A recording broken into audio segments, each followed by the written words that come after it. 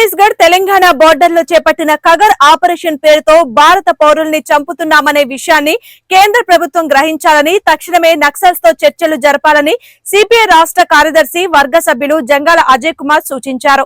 చంపటం ఒకటే సమస్యకు పరిష్కారం కాదనే విషయాన్ని గుర్తించాలన్నారు.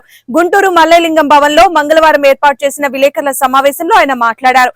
తాము చర్చలకు సిద్ధమంటూ అనేక మార్లు నక్సల్స్ ప్రకటించినప్పటికీ వారి అభ్యర్థనను కేంద్ర ప్రభుత్వం పెడచెవిన పెట్టడం సమంజసం కాదని అన్నారు. 2026 మార్చి నాటికి నక్సల్స్ మూవ్మెంట్ లేకుండా చేయాలనే ఉద్దేశంతో దొరికిన వారిని దొరికినట్టే చంపుతుండడం పట్ల ఆయన ఆవేదన వ్యక్తం చేశారు.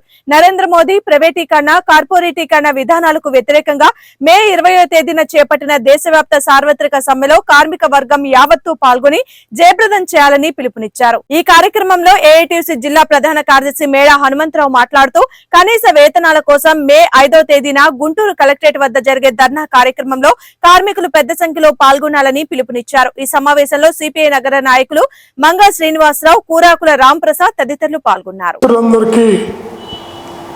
నమస్కారం. ఛత్తీస్గఢ్ తెలంగాణ బార్డర్లో కర్రెగుట్టలు కేంద్రంగా యుద్ధ వాతావరణం నెలకొన్నది. భారతదేశ ప్రభుత్వం వాళ్ళపైన అనేక సార్లు చర్చలకి సిద్ధమని, తుపాకులు కింద పెట్టి చర్చలకు సిద్ధమవుతున్నామని ఇప్పటికీ 4-5 సార్లు చెప్పినప్పటికీ దొరికిన వాడిని దొరికినట్టు చంపుకుంటూ వెళుతూ దేశంలో నక్సలైట్ మూవ్మెంట్ మొత్తాన్ని 2026 మార్చి నాటికి పూర్తి చేస్తామని చెప్తా ఉన్నారు. ఇది ఒక సైద్ధాంతిక సమరం అనేటటువంటి విషయాన్ని మన ప్రభుత్వం గుర్తుపెట్టుకోవాలి. వ్యక్తులు ఎంతోమంది చనిపోయారు, ఎంతోమంది వచ్చారు. కానీ లెఫ్ట్ పార్టీల్లో ఏ పార్టీ నిర్జీవంగా లేదు, ఏ పార్టీ కూడా నిర్వీర్యం కాలేదు. ఎందుకంటే ఇది మార్క్సిజం అనేటటువంటి ఒక మహత్తర సిద్ధాంతం పైన నిలబడి ఉన్నది. అందుకని సిపిఐగా మేము ఈ ప్రభుత్వానికి ఒకటే విజ్ఞప్తి చేస్తూ ఉన్నాం. చంపడం పరిష్కారం కాదు, చర్చల ద్వారానే ఈ సమస్యను పరిష్కారం చేయండి. వాళ్ళు చెప్పినట్టు, వాళ్ళు అభ్యర్థించినట్టు ఇప్పటికే రేవంత్ రెడ్డి సానుకూల ప్రకటన చేశాడు. అలాగే కేసీఆర్ సానుకూల ప్రకటన చేశాడు. మన రాష్ట్రంలో ఉన్నటువంటి జగన్మోహన్ రెడ్డి, చంద్రబాబు, పవన్ కళ్యాణ్ కూడా సానుకూలమైన ప్రకటన చేయాలి. మీరు చంపుతుంది భారత పౌరులనే విషయాన్ని ప్రభుత్వం గుర్తించి చర్చలకి పూనుకోవాలని తెలియజేస్తూ ఉన్నాం. అలాగే నమస్కారం. నగర ప్రజలకి అడ్వాన్స్గా మేడే శుభాకాంక్షలు తెలియజేస్తూ ఉన్నాం.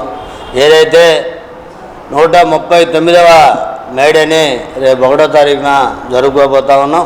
నగరంలోని అన్ని కార్మిక వాడల్లో, డివిజన్లో మేడేని ఉత్సవంలాగా జరుపుకోవడానికి ప్రయత్నం చేస్తూ ఉన్నాం. మరి 139 సంవత్సరాల క్రితం ఏదైతే 8 గంటల పనిదినం కోసం ఆ రోజున చికాగో నగరాన మరి రక్తం చిందించి ఆ రోజున పోరాటం మరి చేసిన పరిస్థితి నుంచి ఈరోజు దేశమంతా కూడా ఓ పక్క కార్మికులంతా కూడా మరి పనిదినాలు, మరి సెలవు దినాలు, మరి కనీస వేతనం ఇవన్నీ కూడా ఓ పక్క సాధించుకుంటూ ఉంటే ఆ రోజు 139 సంవత్సరాల క్రితం సాధించుకున్నటువంటి 8 గంటల పనిదినాన్ని ఈరోజు మోడీ గారు అధికారంలోకి వచ్చిన తర్వాత మరి మళ్ళా దాని మీదే అంటే 8 గంటల కోసం 139 సంవత్సరాల తర్వాత మళ్ళా పోరాటం చేయాల్సిన అవసరం కార్మిక సంఘాలకి, కార్మికులకి రావడం దురదృష్టకరం. మరి మోడీ గారు అధికారంలోకి వచ్చిన తర్వాత ఏదైతే గతంలో మరి బ్యాంకుల జాతీయకరణ కోసం మరి పోరాడి బ్యాంకులు జాతీయమైన తర్వాత పేదలకి, మధ్యతరగతి వాళ్ళందరూ కూడా చిన్న చిత్తగా లోన్లు ఇచ్చాక వాళ్ళ జీవితాలు బాగుపడ్డాయి. ఈ రోజున మోడీ గారు అధికారంలోకి వచ్చిన తర్వాత బ్యాంకులన్నీ కూడా చిన్న బ్యాంకులు పెద్ద బ్యాంకులు విలీనం చేసి తద్వారా బడా వ్యాపారస్తులందరూ కూడా పెద్ద పెద్ద లోన్లు ఇవ్వటం, ఆ లోన్లు మరి ఎగ్గొట్టడానికి ప్రత్యక్షంగా ఎవరైతే మోడీ గారు మరి వాళ్ళకి సంబంధించి 39 మంది ఎగవేద్దారులు ఉన్నారో వాళ్ళందరూ కూడా కట్టబెట్టిన పరిస్థితి చూస్తూ ఉన్నాం. వీటన్నిటికి వ్యతిరేకంగా మే మిత్రులకి నమస్కారం. మే 1వ తారీఖున 139వ సంవత్సరం మేడే జరుపుకుంటా ఉన్నాం. ఈ మేడేకి ఒక ప్రత్యేకమైన పరిస్థితులు ఉన్నాయి. మే 20వ తారీఖున దేశవ్యాప్తంగా సుమారు కోట్లాది మంది కార్మికులు సమ్మెలో పాల్గొనబోతూ ఉన్నారు. మే 5వ తారీఖున కనీస వేతనాల కోసం ఇవాళ పెద్ద ఎత్తున భారతదేశ వ్యాప్తంగా పోరాటాలు జరుగుతూ ఉన్నాయి.